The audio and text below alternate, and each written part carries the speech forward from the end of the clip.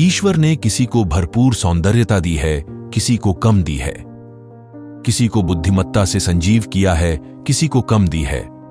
किसी को भरपूर धनवान बनाया है, किसी को कम बनाया है। परंतु समय ही एकमात्र है जो उसने सभी को बराबर दिया है। इस अमूल्य धन को ना बैंक में रख सकते हैं, ना ही जमा कर सकते हैं। समय का बिताना आपके हाथों में नहीं होता, ये तो घड़ी की सुई के साथ लगातार आपके हाथ से फिसलता रहता है।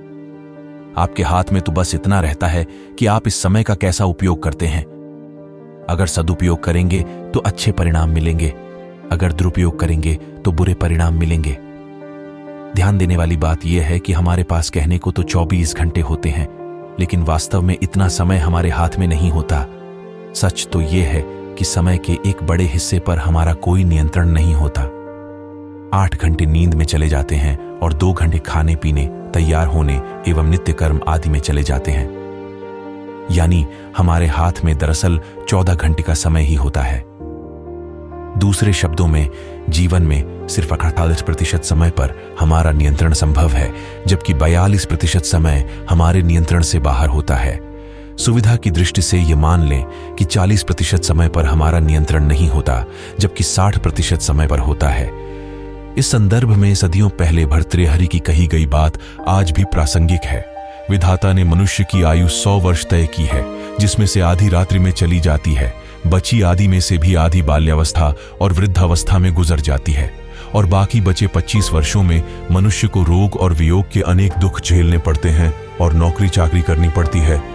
इसलिए हम यह कह सकते हैं कि जल तरंग के समान चंचल इस जीवन में लेश मात्र सुख भी नहीं है। समय अनमोल है, क्योंकि वास्तव में समय ही संसार की एकमात्र ऐसी चीज है जो सीमित है।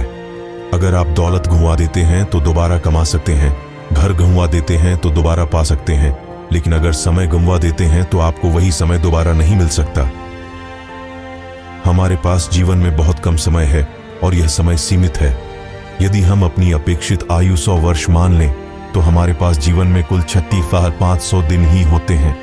इसी समय हिसाब लगाकर देखें कि इन 36,500 दिनों में से आपके पास कितने दिन बचे हैं जिनमें आपको अपने जीवन का लक्ष्य प्राप्त करना है।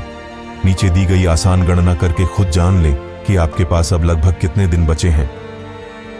जीवन के कुल दिनों को हम जीवन में कुछ करने, कुछ बनने और कुछ प्राप्त करने के लिए बिताना चाहते हैं, तो हमें यह सीखना अत्यंत आवश्यक है कि हम समय का सर्वोत्तम उपयोग कैसे करें, ताकि हम इस सीमित समय में उन सबको हासिल कर सकें जो हम हासिल करना चाहते हैं, चाहे वह धन हो, शोहरत हो, सुख हो या सफलता हो।